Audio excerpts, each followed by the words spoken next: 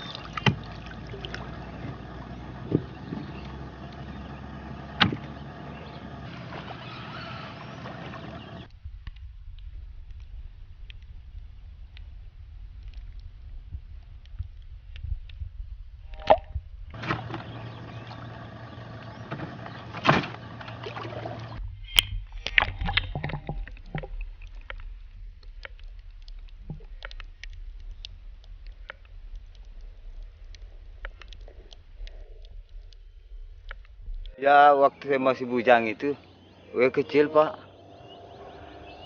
Ya bunyi kan paling seperduanya sudah bunyi kalau begitu. Waktu zaman Bapak masih bujang? Iya masih bujang. Tapi sekarang sudah 12 panjang hektar. ke sana, panjang ke sana, Iya. lebar ke sana, lebar ke sana. Bunyi kan begini dulu. Iya. Setelah ada jalan nambah situ. Iya. Besar-besar anak-anak itu, anak sekolah apa kawin dia itu. Dia bikin rumah nambah ke sana. Ini saya lihat anak sekolah banyak lagi. Kalau dia kawin, kalau dia bikin rumah di mana dia kalau ndak batu, kalau ndak nimbun pasir itu. Dia ndak mau di pinggir ini nyamuk katanya. Iya. Jauh juga tempat mencari. Kalau dibungin kan dekat Pak.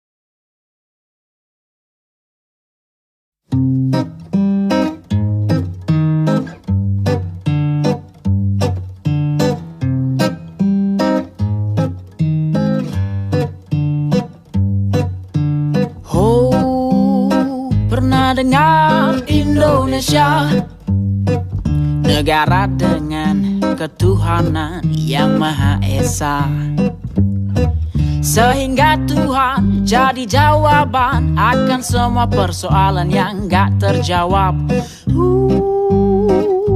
Begitu. Oh, pernah dengar Indonesia, negara dengan kemanusiaan yang adil dan beradab. Adil kepada yang punya kuasa dan beradab, katanya setelah 65. Begitu.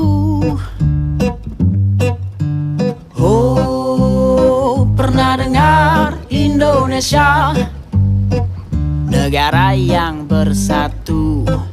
Kemudian muncul banyak persatuan yang adu kuat dengan persatuan yang lainnya. Begitu.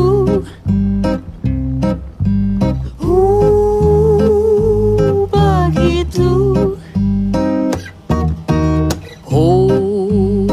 Pernah dengar Indonesia, kerakyatan yang dipimpin oleh hikmat bijaksanaan dalam permusyawaratan dan perwakilan. Saking panjangnya jadi nggak ngerti, apalagi banyak rakyat yang nggak paham membaca. Begitu. Oh, pernah dengar Indonesia, keadilan bagi seluruh rakyat Indonesia. Sayangnya semua adil sudah terbeli oleh yang mampu membeli. Begitu.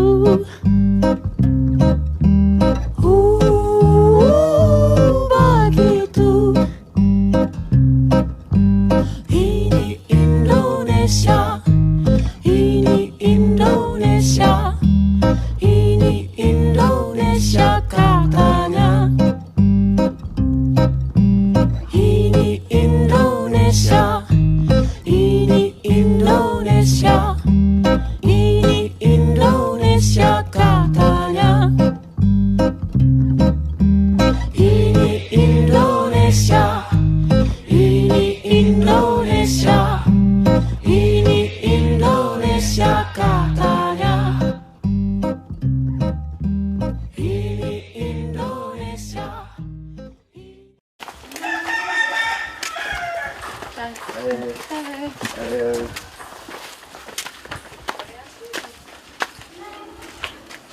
Saya nggak boleh masuk. Oke. Dah. Oke, Slin. Nah, itu aja. Jadi panggil namanya dia. Saya kasih tahu dia. Dia giliran jaga shift sore hari ini. Jadi mulai jam 7 dia jaga di Balai Agung sana. ketika beli sekarang tidak menggunakan pakaian, itu berarti beli sedang bertugas. Sedang bertugas. Jadi pemberitahuan tadi itu tidak boleh pakai baju. Jadi harus saya lengkap pakai keris ini, terus pakai ini, pakai sabuk di dalamnya, nggak boleh pakai baju. Gitu. Tugas ini dilakukan selama berapa lama, Bli? Saya melakukan ini selama 1 bulan penuh setiap hari tanpa terkecuali, nggak peduli hari Minggu atau hari libur. Setiap sore? Setiap sore. Saya biasanya mulai keliling jam 4 sore. Dan tidak boleh memakai handphone? Tidak boleh memakai handphone. Di mana semestinya kalau pakai handphone kan lebih praktis ya. Cuma nggak boleh.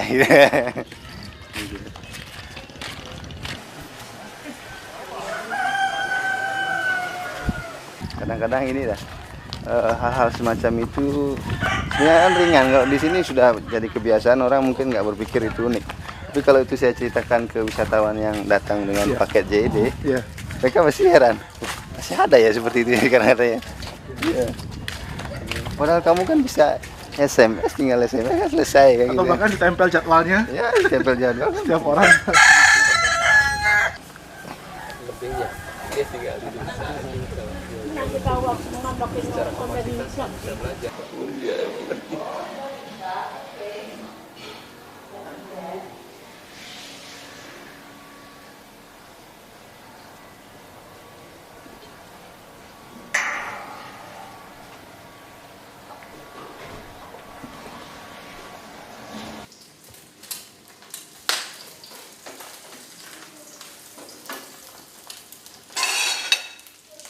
Mainstream tourism itu kan ada missing link gitu kan, ada yang linknya missing gitu. Apa itu? Ya itu dah ketika apa namanya pariwisata itu mestinya kan memang dikelola oleh masyarakat lokal. Cuma ya sudah kadung apa namanya salah konsep dari awal. Salah konsep dan terlalu cepat booming dia kan, jadinya susah diatur lagi kan. Sebenarnya karena kan dampaknya kalau yang mass tourism kan cuma make-make aja, mereka nggak mikirin efeknya ke lingkungan, ke masyarakat seperti apa. Poinnya cuma mengeruk keuntungan gitu kan. Dari sisi itu dah sebenarnya saya juga ngizinin suami saya setidaknya berbuat sesuatu untuk Bali ya, bukan hanya ini aja.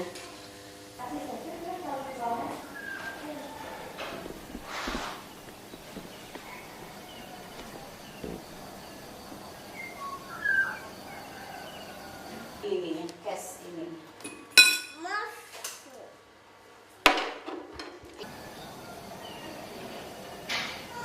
Oh, nggak mau. Tunggu naik dulu. Sini ambil kuncinya yuk. Belakangnya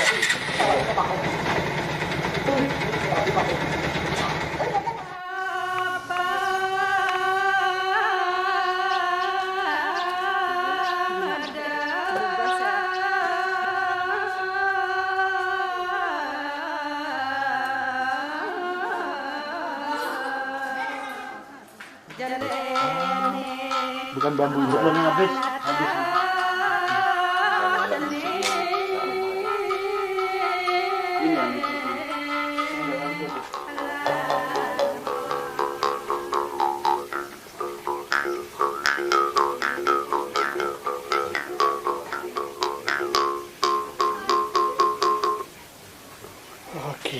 Berapa orang yang bisa memainkan ini Pak Wayan di sini?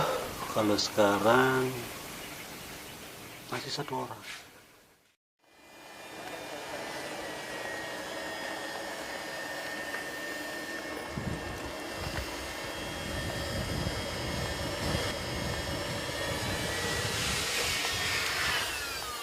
Wah, ini ditempel.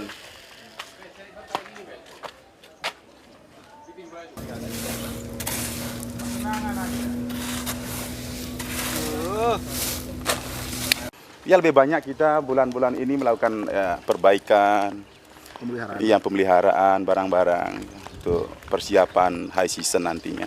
Bulan apa biasanya Pak high season? Ya sini sudah mulai mendekati bulan, biasanya sih dari Juli Agustus sampai Desember. Desember kita biasanya memasuki musim domestik yang dimana tamu-tamu dari Jakarta, dari Bandung, Surabaya, lebih ke lokal turis lah. 5 tahun terakhir ini pariwisata cenderung stagnan, naik atau turun? Kalau boleh dibilang jujur, turun. Oh ya? Dan kualitas turismenya juga tidak sama dengan 10-15 tahun yang lalu. Apa faktornya? Ya mungkin terlalu banyak, semua ini kan compete ya. Kalau pertama kalau boleh kita bilang jujur, mungkin karena persaingan harga pertama. Kedua, hotel terlalu banyak menjamur di Bali sudah. Perang tarif segala macam. Ya otomatis jadi tamu-tamu yang datang ke Bali itu sudah tamu menengah ke bawah gitu loh. Begitupun dengan usaha yang kita jalani saat ini, saking begitu banyaknya ada persaingan, akhirnya mereka juga jadinya saling perang tarif. Begitu. Tapi untuk nutup overhead masih bisa? Ya syukur-syukur untuk mengcover salary untuk karyawan masih bisa ya, struggling kita berjuang itu sudah menjadi kewajiban. Tapi kadang kalau kita pas dihadapkan dengan masalah kerusakan barang itu kita harus berpikir sampai 10 kali gimana caranya.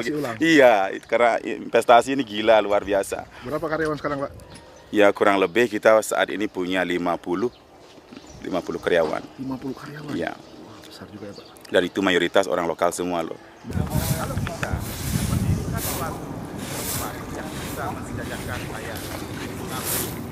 saya tempat kita inilah yang menjadi saksi awal gerakan kita Agustus tanggal 2 kemarin. tahun 2013. Tanggal 2013. Itu yang demo besar-besaran. Besar-besaran. Show of force. Show of force tuh, uji kekuatan tuh, total tuh, all out tuh. terlibatkan semua masyarakat pesisir, pengusaha wisata tirta ikut berkontribusi, memfasilitasi itu mengirim pesan yang jelas Pak ya? Itu jelas sekali. Apa itu. pesannya Pak? Itu pesan moral dan itu pernyataan sikap terhitung mulai tanggal hari yang kemarin kita canangkan itu sudah jelas bahwa kita secara tegas menolak reklamasi. Kenapa harus takut pada matahari? Kepalkan tangan dan halau setiap panasnya. Kenapa harus takut pada malam hari? Nyalakan api dalam hati, usiri segala kelamnya, usiri segala kelamnya, usiri segala kelamnya, usiri segala kelamnya. Untuk memberikan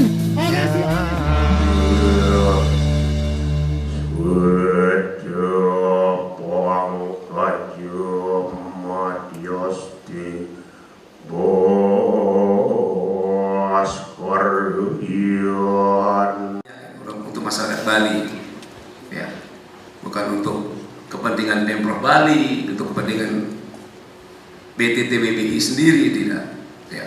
Ini untuk kita kepentingan bersama. Kita jaga sama-sama semua Bali. Ya. Tapi saya yakin Bapak-Bapak Ibu sekalian. Jadi pengusaha sudah membuat 2 studi kelayakan teknis, studi kelayakan ekonomis, dan terakhir ini adalah bersama dengan studi kelayakan lingkungan, dalam hal ini AMDAL. Pertanyaan kami, apakah dibenarkan melakukan konsultasi atau penyusunan AMDAL sebelum mendapatkan izin lokasi? Itu Pak, coba. Tapi Bung ini bapak ya Bung? Ya, kami keluar, kami WO, tapi kami sampaikan tadi ke pihak TWBI bahwa kami mengapresiasi undangan ini. Kalau prosesnya taat hukum, taat prinsip, taat asas, kami pasti datang. Kami pasti datang, pasti ya. Ya, makasih. Lihat dulu, jangan Bapak memaparkan seperti Singapura yang sudah sudah maju. Sekarang pertanyaan saya adalah, Bali ini tanpa seperti yang Bapak teriakan, kami tetap maju kan? Bali ini tetap menjadi daerah pariwisata yang mungkin Singapura kalah tanpa ada itu. Saya yakin Bali masih ajarnya dengan orang Balinya yang mana menganut adat Bali. Kita panggil, ini orang Bali ini masih melakukan sopan santun Pak. Itu yang disenangi oleh pariwisata, bukan gedung-gedung pencakar langit yang dibilang oleh Bapak tadi, mendirikan gedung di mana Pak? Di Dubai. Bukan itu Pak. Saya rasa bukan itu yang menjadi tolak ukur pariwisata untuk datang ke Bali. Adat-adatnya, harusnya Provinsi Bali itu adatnya yang dipertahankan, bukan gedung yang diberdirikan. Itu loh Pak. Jangan gedung Pak, saya tidak, karena gedung hotel sudah banyak di Bali, sudah tingkat kejenuhan hotel, sudah sangat jenuh.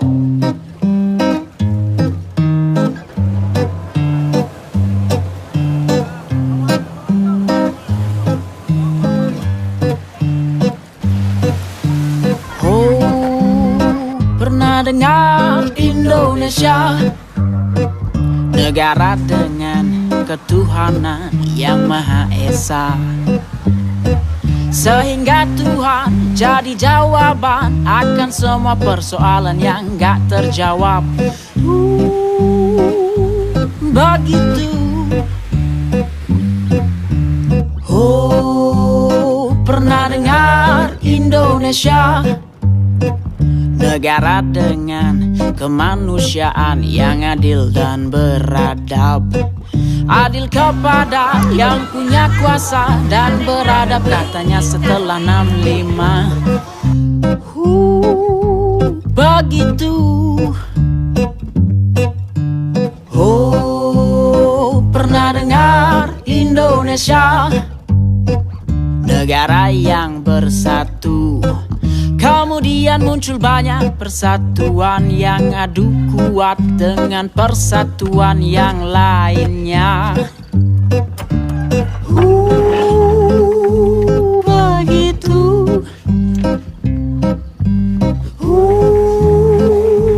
Begitu.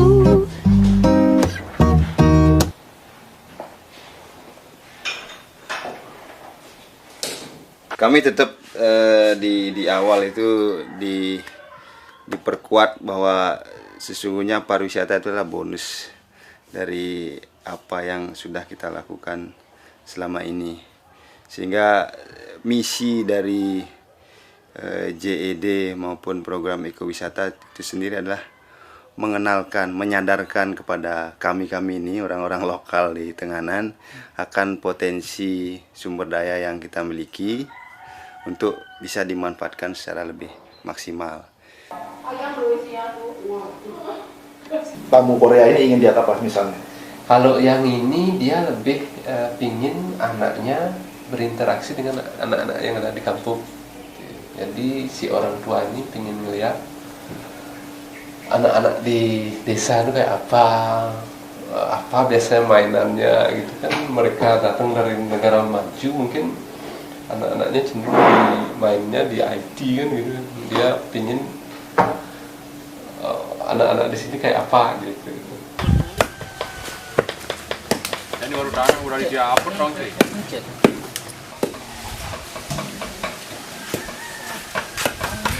Nah, kalau tidur di hotel itu sudah pasti besok pagi bangun udah kebayang kamarnya kayak apa, kamu di mana nih. Tapi kalau tidur di desa kan apa aja bisa terjadi kan.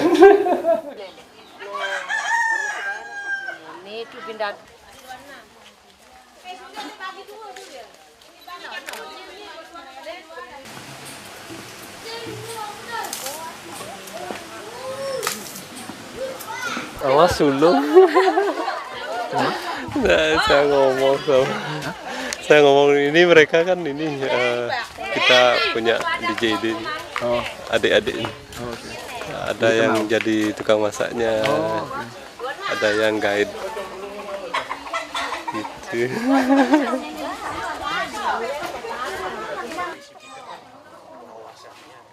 Ada nyemsi wawan.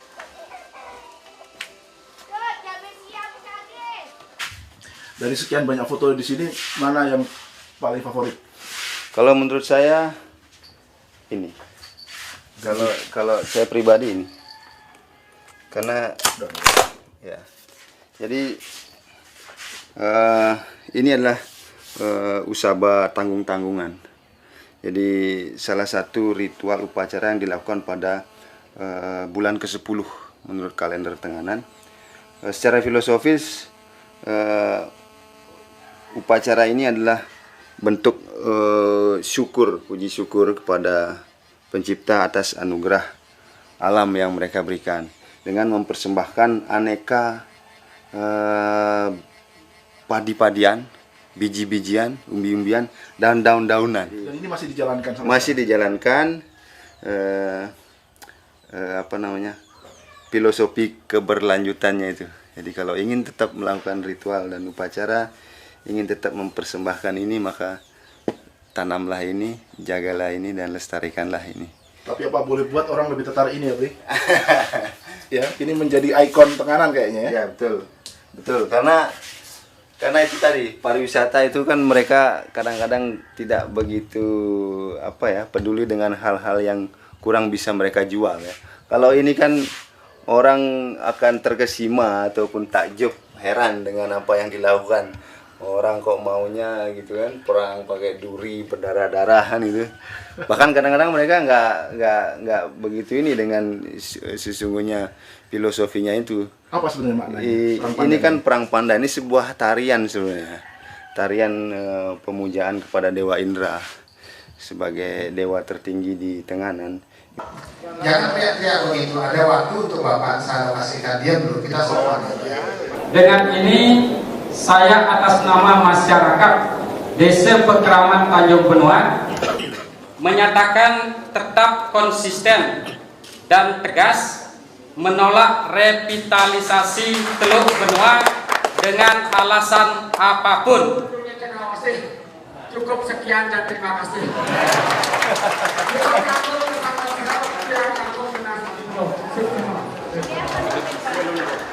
Oh, di atas.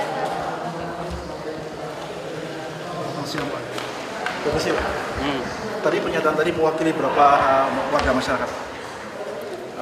Masyarakat kami kalau warga Gegem saja itu ada sekitar 800, kalau jumlah kakak itu hampir 5.000 lebih. Tadi sudah melalui mekanisme musyawarah? Sudah musyawarah dengan masyarakat semua yang ada di Desa Pekeraman Tanjung Benua, dan pada intinya itulah pernyataan yang kami sudah bacakan di depan forum tadi. Apa keberatan utama yang paling utama? Ya, keberatan utama itu kan ada dampak di sosial budaya, karena itu kan tempat disucikan. Itu seperti kita tahu bahwa air, laut itu kan disucikan oleh agama Hindu. Kemudian dari segi lingkungan, kami di daerah Tanjung Benua yang kita takutkan akan terjadi air rob yang akan menenggelamkan tanjung itu sendiri.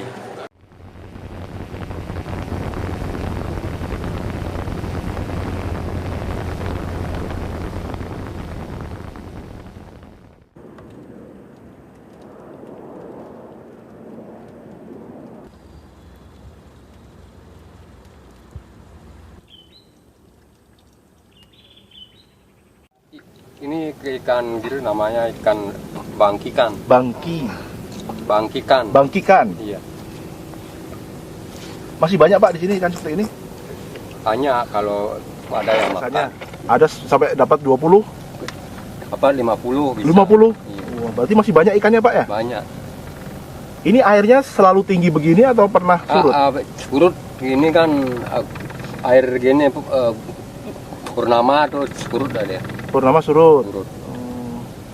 Tapi kalau lagi naik juga tinggi. Tinggi. Jadi nggak pernah surut terus itu nggak pernah ya Pak?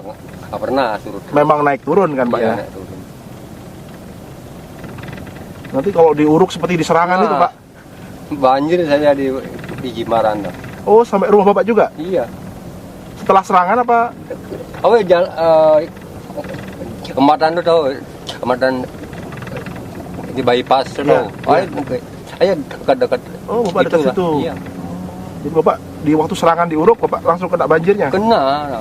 Jadi apalagi ditambah di sini? Wah.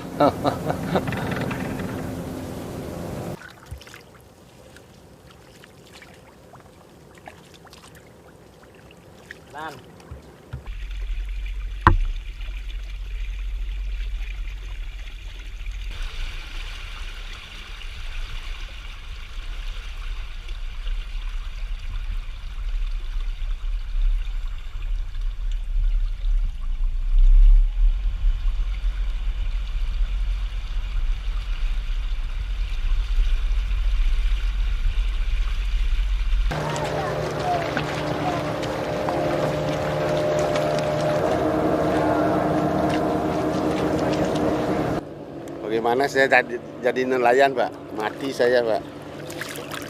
Bapak kapan dengar rencana diuruk itu Pak? Nggak tahu saya. Pernah diajak bicara di desa? Ada musyawarah begitu? Belum Pak. Bapak belum pernah ditanya setuju apa tidak setuju ya Pak? Sudah, saya tidak setuju Pak. Banjar saya semua tidak setuju. Satu desa tidak setuju Pak. Boleh tahu alasannya Pak? Boleh tahu alasan apa? Kenapa Pak? Kok nggak setuju? Alasan gini, kalau diuruk bisa saya mati jadi nelayan. Di mana saya naruh sampah sama teman-teman saya. Bapak ini nelayan atau Nelayan Pak. perahu wisata? Nelayan. Nelayan Pak ya? Dulu saya bawa bot, sekarang jadi nelayan lagi.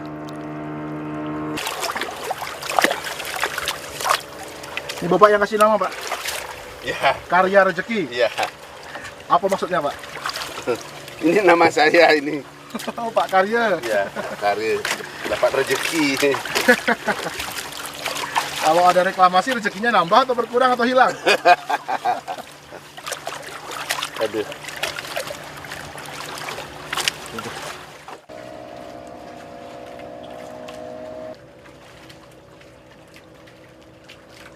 Tapi orang sini apakah masih hidup dari ikan?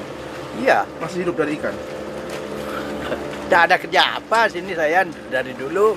Ya orang-orang muda-muda baru dapat kerja di hotel, ada lah. Jarang, kan? Ada di pantai.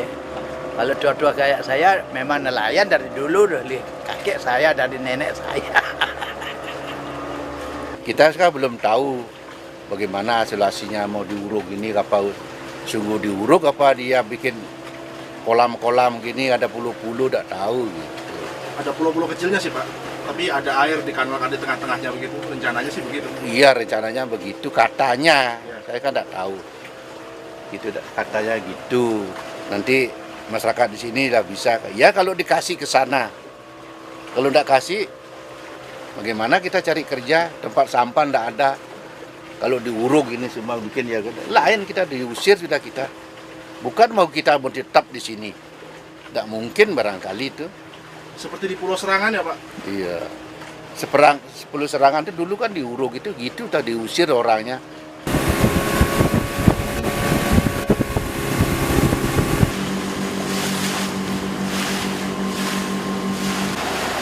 Dulu Pak, Pak.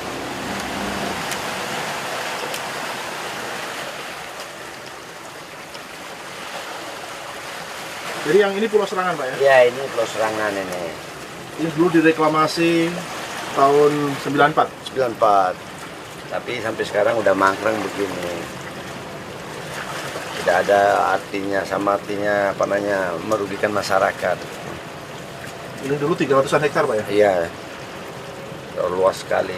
Sekarang udah tidak ada gunanya untuk masyarakat, semua udah tidak bisa dipakai lagi. Mau jadi apa gitu.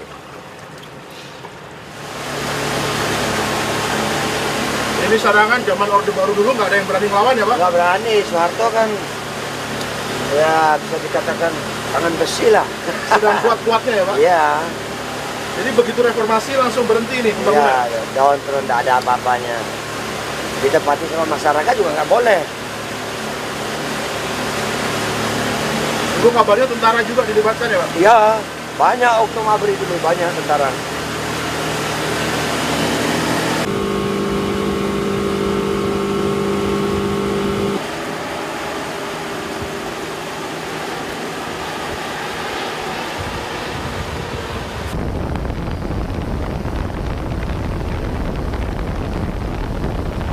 Apalagi di Lombok sekarang ceritanya mau diambil pasirnya, tapi wakil gubernur nggak mau, pemerintah masyarakat di sana demo besar-besaran, nggak boleh. Lombok Timur ya Pak ya? Lombok Timur ya, asli juga saya Lombok Timur Pak di sana, karena ada di sana udah nelpon. Ada, tapi kan semua mati nelayan di sana juga, kalau pasirnya diambil karanya mati juga Pak kan. Sama artinya apa namanya, membunuh masyarakat nih kan. Ya semoga lah di sana juga pemerintah di Lombok, saya juga asli Lombok Pak, supaya janganlah dikasih di sana, dicekal lah dalam istilahnya nih Pak.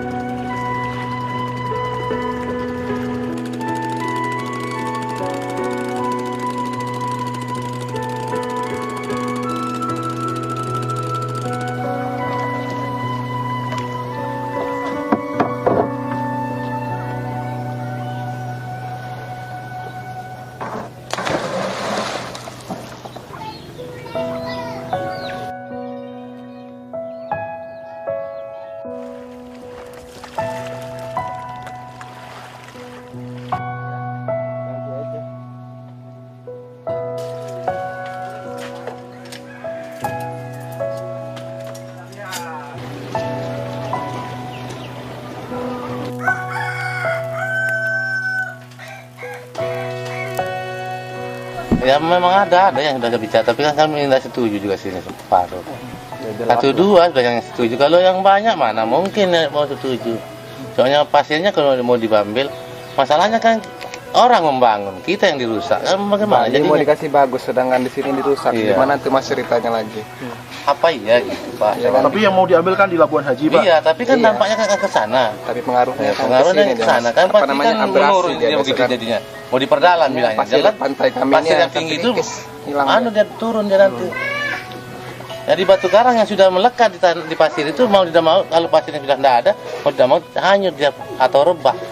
Alasannya karena jauh katanya Pak, 20 kilo di tengah laut katanya. Tidak ada alasannya kalau kalau diperbaiki ya boleh.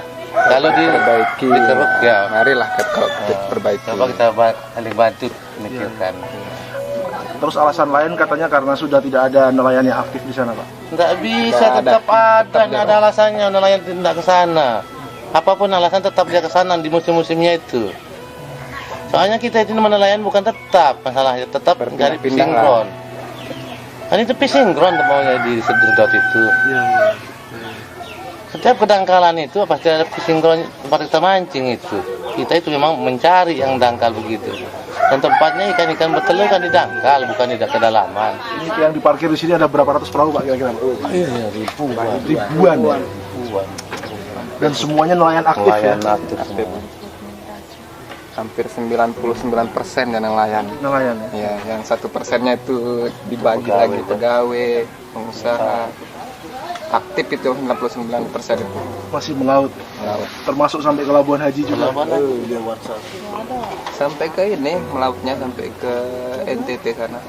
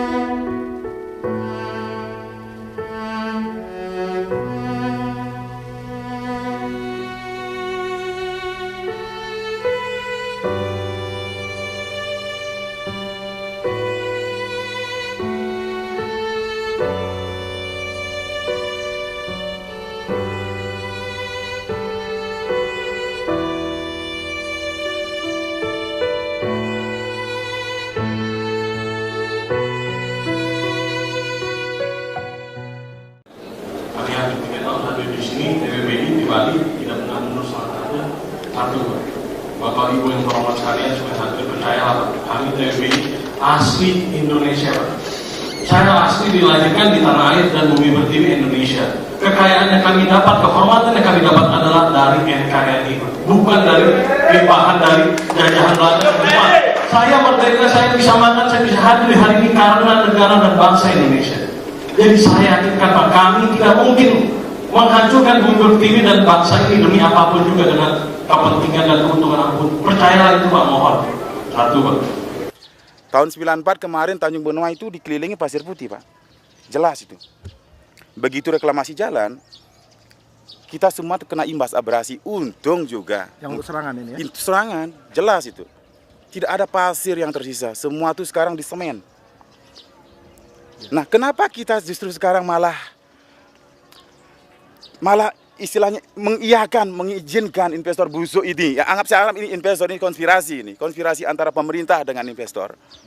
Terus kedua, saya sejak kecil Pak didoktrinasi ayah saya, guru saya, semua petinggi saya, semua senior saya. Di mana bumi dipijak, di situ langit dijunjung. Percayalah Pak, saya tidak akan mungkin merusak budaya Bali Pak. Karena saya tahu dengan persis sesuai dari DPD Bandung. Uniqueness Bali di sana. Alangkah bodohnya jika kami menghancurkan hal itu. Jadi tolong Pak, itu dicamkan dengan hati yang jernih. Mohon suara saya ini didengar, dan mohon teman-teman media yang selama ini 3 tahun hadir. Ucapan kami, saya rasa belum pernah disosialisasikan. Kami hanya mengharapkan Pak kenyamanan dan keamanan dan ketentuan keselamatan. Sekarang aja sudah ada timbul kesan privatisasi terkait masalah pengkaplingan akses pantai gitu loh. Seandainya ini sudah terjadi Pak, ini akses mereka nih para nelayan yang dimana dulunya mereka punya aktivitas mencari rumput laut, karang, segala macam, main layang-layang. Mungkin aja mereka tuh bisa dibentak nantinya. Woi, ini sudah kawasan hotel, jangan keluar lu dari kawasan ini. Seperti yang sebelah sana ya Pak? Setuju. Artinya kan kita nih, ya ampun, kita nih warga Bali yang lahir di sini, hidup yang dari dulu berdamping dengan Teluk Benua. Jadi tamu di tempat sendiri? Iya ampun, bisa dibayangkan Pak. Terus ketiga Pak, soal investasi. Perlu kami tegaskan Pak, di sini kami adalah investor. Kami tidak munafik. Kita punya acuan dasar adalah keuntungan. Jika tadi dibilang, kenapa tidak bangun wilayah sana, kenapa tidak bangun wilayah sini, kenapa tidak bangun wilayah saya? Kami investor pasti melihat dari sudut pandang kepentingan ekonomi dahulu. Di mana infrastruktur sudah ada, di mana pulau sudah ada, tentu kami akan masuk ke situ. Pertama, tempatnya memang sangat berdekatan dengan airport. Aksesnya untuk masuk ke Teluk Benua, dia tinggal dari sana aja kelihatan tapernya. Nanti yang di mana taper-taper itu akan dihubungkan ke pulau yang dibangun nantinya, kan gitu kan? Akses ke airport dekat, berarti untuk menghindari kemacetan yang selama ini kita memang sering dihadapkan kemacetan dari Nusa Dua pertama. Lihat sendiri, berapa mobil sih yang lewat dalam sehari? Kelihatan sekali, bisa dihitung dengan jari. Saya punya pemikiran seperti itu karena saya meyakini itulah bagian dari reklamasi dari awal dan itu pun tidak pernah dipublikasikan. Keempat Pak, ini himbauan kami dan ini pribadi saya Pak juga menghimbau kepada para pengambil kebijakan dan keputusan. Dari pengalaman kami Pak, semakin lama bapak-bapak pengambil keputusan mengulur waktu untuk mengambil sikap, semakin bergulir polemik ini semakin kisruh dan semakin kacau dan semakin menjadi bola liar. Jadi kami harapkan Pak ketegasan Pak. Selalu ada pro dan kontra Pak, cuma tinggal pemegang kebijakan, pengambil keputusan, mengambil sikap. Yang baik yang mana? Ikutin aja hati nurani. Kami juga cukup lelah Pak mengikuti perjalanan ini dan kami merasa berdosa jika dianggap tadi memecah belah kedamaian dan ketenangan rakyat Bali. Jadi sekali lagi Pak, saya mohon himbauan Pak. Itu kan otak ya kebalik namanya pemikiran orang seperti itu. Kalau umpamanya ada pendangkalan ya dikeruk, didalamin lagi, ditanamin terumbu karang, itu pasti bermanfaat bagi masyarakat setempat dan masyarakat umum.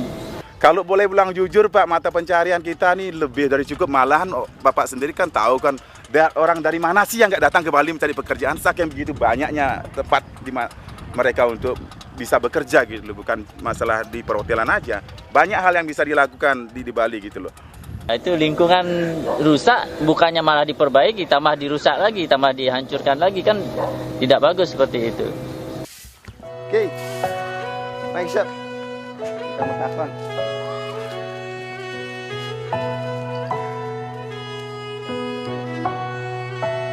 Nah, durian, man dijaga. Kalau kaki minta izin dengan anak ke Mali tinggalin nangun karya ring pekayangan alih. Kalau kita membuat sesuatu upacara di pura yang kecil, yang wau merasa sapu. Kalau sudah selesai harus masang sesapu, pembersihan kecil. Unang karya Atma Raksa. Harus kita menulis aksara untuk menulis Atma Raksa, pengeraksa jiwa gitu. Artinya kekuatan dalam batin.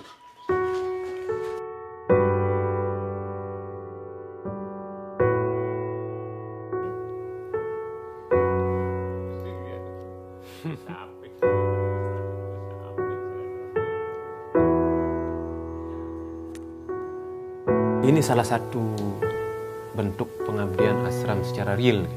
Sekarang ada dua, ada TK yang kita selenggarakan, jadi kita tidak pernah mematok harga. Gitu. Dan kalau secara pribadi, salah satu bentuk sembahyang yang real. Inilah ibadah. Iya, ini yang ibadah sebenarnya. Sebab Saya diingatkan oleh seorang tokoh, dia mengatakan bagaimana kamu bisa mencintai Tuhan yang tidak kelihatan tanpa mencintai Tuhan yang kelihatan. Jadi menurut saya, ya inilah Tuhan yang kelihatan karena beliau yang menciptakan. Apalagi memerlukan bantuan. Dan guru saya selalu mengatakan, Pak Nyoman, bantulah mereka yang memerlukan bantuan. Kalau tidak bisa, jangan sekali menyakiti. Ini yang saya pegang.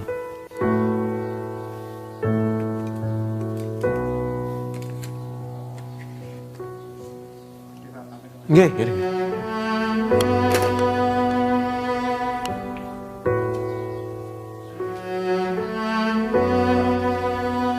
mengundang investor itu ada baik ada buruknya. Nah, dan ternyata sekarang itu investor itu sudah seperti penjajah. Bahkan kalau kita lihat dampaknya di sini, hotel atau villa, orang-orang asing yang punya banyak sekali. Kemudian kalau itu di pantai, kadang-kadang orang Bali mau berupacara di pantai itu tidak boleh lewat pantai. Ketika pemerintah memaksakan dirinya untuk mereklamasi Teluk Benua, memaksakan rencana Teluk Benua direklamasi, maka mereka sebetulnya merencanakan rakyatnya kena bencana ekologis, merencanakan kita memakai ban pelampung ini. Merencanakan reklamasi Teluk Benua sama dengan merencanakan banjir di Bali Selatan. Merencanakan reklamasi Teluk Benua sama dengan merencanakan kehilangannya koral terumbu karang di pesisir timur pantai. Reklamasi Teluk Benua sama dengan menghilangkan pendapatan nelayan yang mengkarang dan sosial budaya mengkarang juga hilang.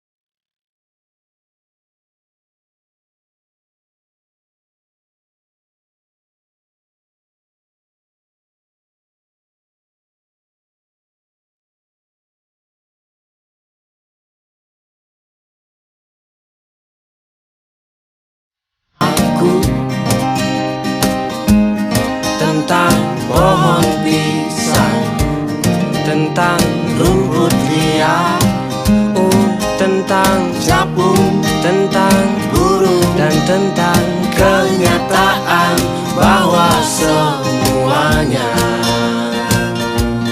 tak seindah dulu.